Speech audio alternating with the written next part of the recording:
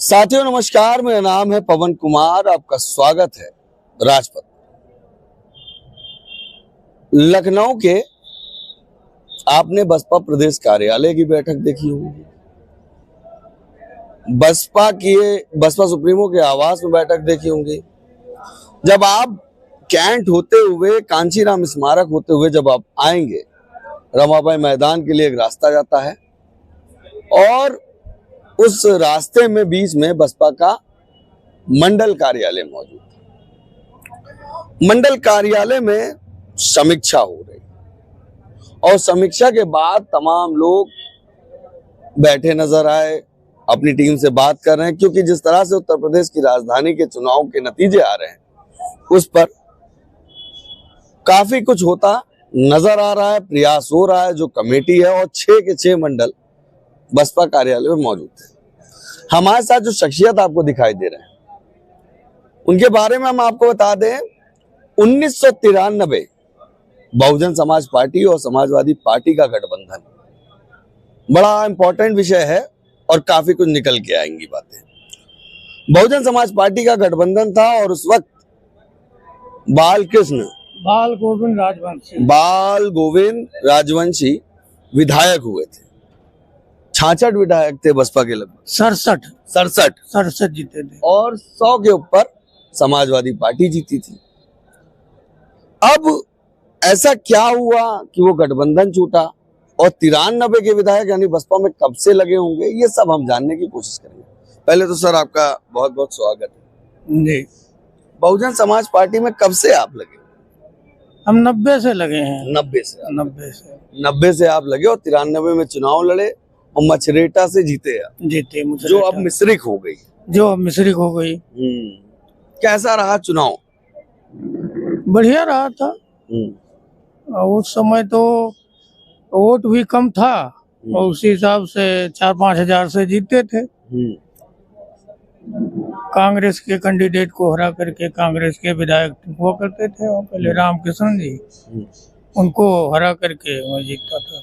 वो विधायक हुआ करते थे? हाँ। अच्छा। उस समय हमारे पहले थे। अच्छा। समाजवादी पार्टी से बसपा का गठबंधन था और भी कई सवाल हैं, तो ये गठबंधन क्यों टूटा? आप हमसे बात कर रहे थे, कुछ कांचीराम साहब के बारे में बताए थे, उन्होंने भी कुछ चीजों को देखा जाना, क्या कहा? ये गठबंधन हुआ था पिछड़ों, दलितों, अल्पसंख्यकों का उस समय का जो था। और जब मुलायम सिंह की सरकार बनी तो मुलायम सिंह के लोगों ने दलित समाज के लोगों का उत्पीड़न करना शुरू कर दिया।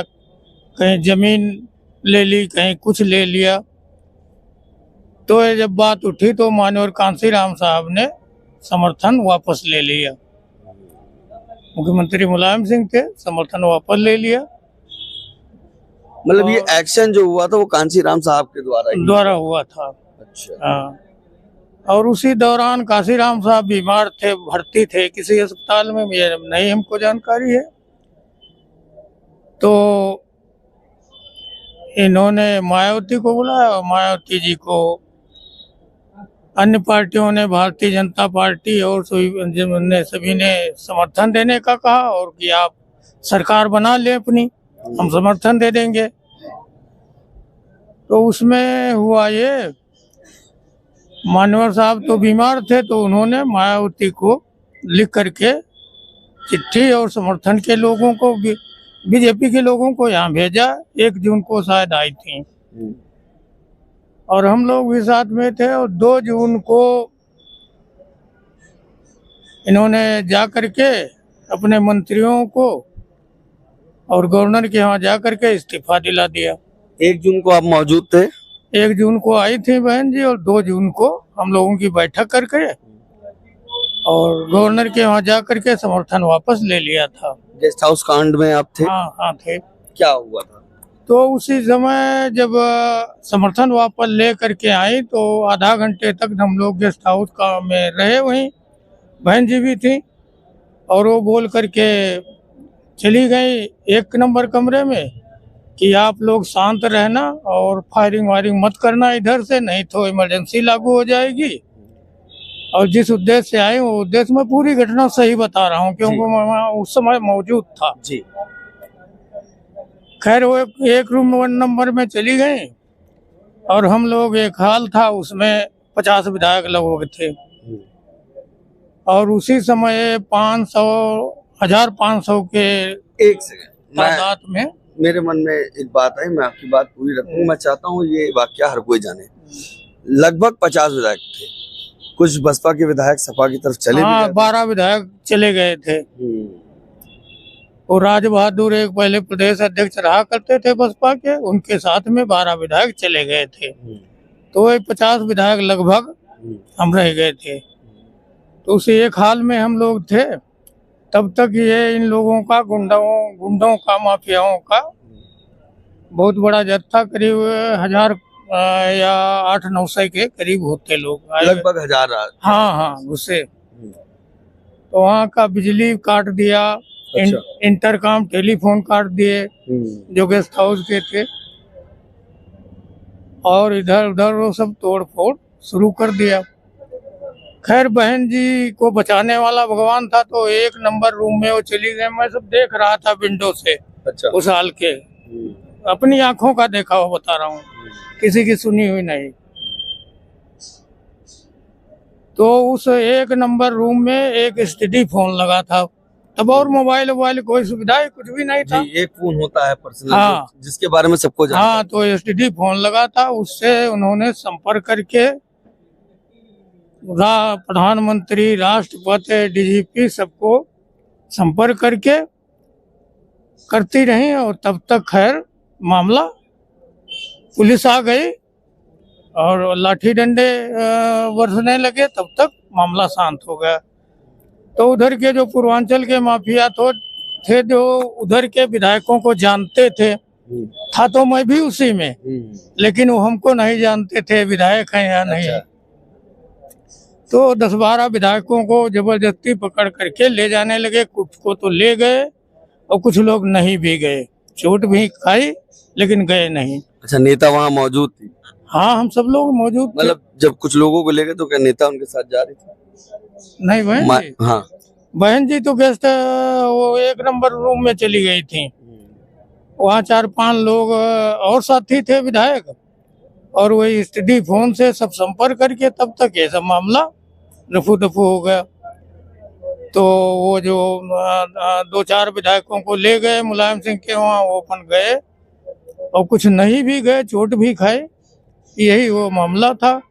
और उसके बाद खैर बीजेपी के लोग भी आ गए, विधायक ब्रह्मदत्त द्विवेदी जैसे लोग, और भी काफी लोग पहुंच गए, और तब तक मामला शांत हो गया। फिर 3 जून को ओथ हो गई थी मुख्यमंत्री की।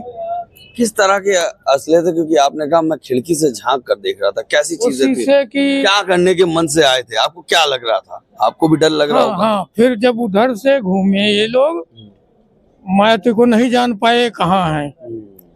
तब जिस हाल में हम लोग थे, एक बड़ा सा हाल था, शीशे का गेट लगा था, तो उस पर सारे लोगों ने दबाव डाला, वो टूट गया, भर से अंदर को टूट गया। तब ये सब उठा करके 2-4-10-5 विधायकों को ले गए। अच्छा, 2-4 विधायकों को उठा भी ले गए? हाँ। अच्छा। वही बताया ना, जो माफिया लोग जो जानते थे, हाँ, हमको जानते नहीं थे उधर के लोग। अच्छा। तो हम तो खैर नहीं उनकी गिरफ्त में आए, और उसके बाद सब मामला शांत हो गया। 3 जून को शपथ हो गई, और 12 दिन के बाद शायद बहुमत सिद्ध हो गया था, और 4.5 महीने सरकार चली थी। उसके बाद बीजेपी वालों ने भी समर्थन वापस ले लिया, फिर 96 में चुनाव हुए। मैं यही जानना चाहता हूँ उस वाक्य के बारे में। मेरी कोशिश थी, क्योंकि आपसे जब बात हुई तो आपने 93 कहा, तो मेरे दिमाग में एक जहन आया जिस पर बसपा सुप्रीमो अक्सर बात करती। क्या वो विधायक बहुजन समाज से नहीं बिलोंग करते थे जिनके ऊपर आक्रमण किया गुंडों ने? नहीं, वो कट्टर विधायक थे बसपा के, पूर्वांचल के ही थे, अब नाम नहीं याद है। तो मतलब हाईलाइटेड थे बसपा? हाँ। वो तो जो जाने थे तो 10-12 लोग पहले ही चले गए, जो है समर्थन वापस लेने की बात बहन जी ने हम लोगों को गेस्ट हाउस में बताई थी, तभी वो 10-12 विधायक चले गए थे। अच्छा। आप पासी समाज से बिलोंग करते हैं। पासी समाज की नेतृत्व को भी ध्यान दिया बसपा सुप्रीमो ने। आज जैसे RK चौधरी हैं, कौशल किशोर है, ये सभी नेता तो बसपा में नहीं रहे। हाँ, RK चौधरी समाज के हित की बात और समाज की लड़ाई, क्या जिस तरह से बसपा लड़ रही थी, RK चौधरी अब समाजवादी पार्टी के साथ खड़े हैं। और जो वाकया हुआ उसमें भी पासी समाज के भी विधायक थे। इकलौते आप तो थे नहीं? 4-5 लोग थे। 4-5। क्या उसके बारे में अगर जहन किया जाए, और आप बसपा नहीं छोड़ करके अभी भी बसपा में हैं, इस वक्त क्या कर रहे हैं, क्या देख रहे हैं? बीच में थोड़े दिन 96 में फिर पार्लियामेंट लड़ाया बहन जी ने हमको मिश्रिक से, थोड़े वोटों से हार गए। उसके बाद विधायकी भी लड़ाई, थोड़े वोटों से हार गए। और उसके बाद से फिर बड़े लोगों को पार्टी में तलाशा जाने लगा, पैसे वालों को, तो उसी में हम थोड़ा किनारे हो गए। इस बार अभी 9 जून को पिछले हमको बहन जी बहुत अच्छी तरीके से जानते हैं, किसी को बताने की जरूरत नहीं है। तो 9 जून को उनके पास नाम पहुंचा तो उन्होंने हमको 9 जून को बुला लिया और यहीं पर ज्वाइन करा लिया था फिर से। अच्छा, तब से लगे हैं। बहुजन समाज पार्टी ना छोड़ने का कारण क्या है, क्या वजह थी? बीच में कुछ ऐसा हुआ, बहन जी ने खुद अपने हाथों से काम देखना बंद कर दिया। और एक कोऑर्डिनेटर जो हमारी पार्टी में चलते हैं, इनको बहुत बढ़ावा दे दिया। हम साफ कहते हैं, हम बहन जी से भी साफ कह के चले आए थे, क्योंकि हम लोग शुरुआत से बसपा को जोड़ने में बड़ा संघर्ष करना पड़ा था, तब संगठन खड़ा हुआ था। तो जो कोऑर्डिनेटर बता देते वही बहन जी उसी को टिकट देने लगी, तब हम लोग दूर हो गए, यही कारण था। तो फिलहाल नेता इस वक्त की क्या रणनीति चल रही है? आपने अभी कहा कि हमारी बात, अब हम तो समर्पित रूप से, काफी उम्र भी हो गई 70-71 साल की, तो अब बिल्कुल समर्पित रूप से पार्टी में काम करना शुरू कर दिया। हमने देखा हमारी जो विधानसभा है, खास करके वहाँ 50% 52% शेड्यूल कास्ट वोट है, और लगातार हमारी पार्टी वहाँ से हारती है। सीतापुर जनपद में बसपा का गढ़ विधानसभा मानी जाती है। और यही था, वो बाहर के कैंडिडेट आते जाते रहे, उनको कोई व्यक्तिगत पहचान नहीं, इसी में हारते रहे। और इस बार अगर बहन जी ने टिकट दे दिया तो सीट जीत कर झोली में डाल देंगे हम। अच्छा, बिल्कुल गारंटी है।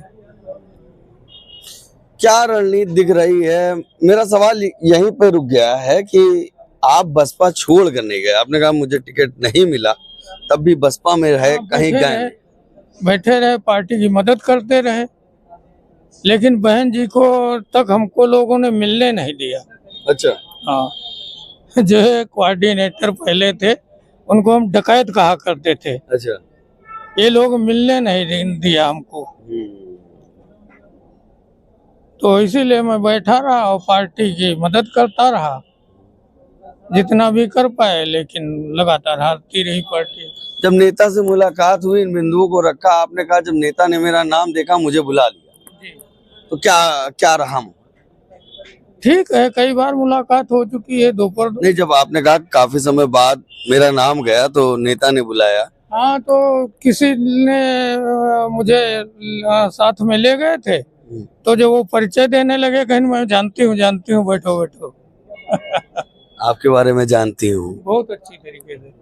प्रदेश महासचिव भी पहले हम रहे हैं। अच्छा। नेता के अंदर वो उमंग और वो खुशी देख पाए जब आपसे मुलाकात हुई, कुछ झलक? हाँ, नहीं, सम्मान से बैठाला और बात किए। अच्छा, पार्टी की गतिविधि पे भी बात की, क्योंकि आपने कहा हर बात को मैंने सामने रखा। हाँ, तो नहीं, बात बड़े नेताओं से 1-2 बात होती हैं, ज्यादा वहाँ कोई भाषणबाजी तो होती नहीं है। क्या बसपा सुप्रीमो को जाना जाता है पारदर्शिता की वजह से। अगर वो हल्का सा इशारा आप कर दो तो वो समझ जाते हैं। हाँ वो उस समय तो हम भी टिकटों के लोगों के लिए सजेस्ट करते थे बहन जी से कि वहां से इनको लड़ा दो, जो प्रदेश महासचिव थे। तो बहुत हमारा अच्छा संपर्क बहन जी से, मतलब एक कहना चाहिए मैं बहुत बहन जी का मुँह लगा था। अच्छा। मतलब 24 घंटे बहन जी हों अपने आवास में, मेरे लिए मनाही नहीं थी। इसीलिए हमको लग रहा है 3 चुनाव आपको लड़वाएंगे। हाँ, अगर टिकट दे देंगी तो इतनी मैं गारंटी करता हूँ। वो तो हम जो इस समय रामकिशन ही विधायक हैं, उन्हीं को जितारा करके गए थे। अच्छा। तो हमने कहा, जो अगर बहन जी ने उनसे भी कह दिया हमने टिकट दे दिया तो तुम्ही से हमने चाबी ली थी कमरे की, तुम्ही से लेंगे। अच्छा, क्या बात है। मतलब हमारे यहाँ ऐसा है। हाँ। दो इस समय नेता रामपाल राजवंशी और रामकृष्ण भार्गव अपने को लिखते हैं पासी। तीसरा कोई विकल्प नहीं मिल रहा है। अच्छा। और वहाँ पासी वोट है अधिक, और जब तक पासी ही नहीं होगा बसपा से भी, तब तक उनको हरा पाना मुश्किल है। नहीं, हमारी विधानसभा जो मिश्रिक है उसमें यही हो जाता, नहीं रामपाल तो रामकिशन, रामकिशन नहीं रामपाल। इस बार सब लोग घबरा गए हैं हमारी ज्वाइनिंग से ही। अच्छा। दोनों लोग कि अगर इसको टिकट मिल गया तो हार निश्चित है, पहले ही हार मान लिया है। अच्छा। जबकि हमारे मुकाबले वो अरबों खरबों में है, करोड़ों में। हम आर्थिक स्थिति हमारी इतनी अच्छी नहीं, लेकिन इतना कमजोर भी नहीं है। मतलब आपने एक बात कही कि मैंने चाबी दी थी और मैं ही तुमसे चाबी लूंगी, ये बात कही गई। हाँ, ठीक है। बहुत बड़ा आत्मविश्वास है। अच्छा। वहाँ की जनता इतना परेशान हो चुकी है कि वो दो चोर कहीं एक चोर नहीं, यू नहीं भला, तो हम साफ उनते कह दे डरे नहीं है। हमरे डर नाम चीज नहीं, डरो तो बुरे कर्म से डरो केवल। तो कहीं यू चोर नहीं भला तो यू चोर भला, यू नहीं तो यू भला। और नालायक दुओ चोर मौसे ही दुबई। और हमारे पार्टी में सक्रिय होने से अब उनकी हालत सबकी खराब है। बात को समझिए, गंभीरता को समझिए। 93 में विधायक बने, उसके बाद भी बसपा में लगे रहे। एक दौर आया जो कई परिस्थितियां इन्होंने बताई, तो जब सिस्टम बदला, कोऑर्डिनेटर ही कोऑर्डिनेट करने लगे, पदाधिकारी कहीं ना कहीं जो पुराने विधायक रहे उनसे बात नहीं हो पाई, तो पार्टी की स्थिति गड़बड़ाई। मगर फिर बसपा सुप्रीमो ने अभी मुलाकात की और लोग इनका इंट्रो देने लगे, तो कहा मैं जानती हूँ। तमाम बिंदु निकल के आए और एक वो खिड़की जिसने सब कुछ देखा गेस्ट हाउस कांड में, वो भी सामने नजर आया, जिसकी बात बसपा सुप्रीमो लगातार एक्स पर पोस्ट करते हुए दिख रही है। बने रहे हमारे चैनल के साथ, तब तक के लिए धन्यवाद।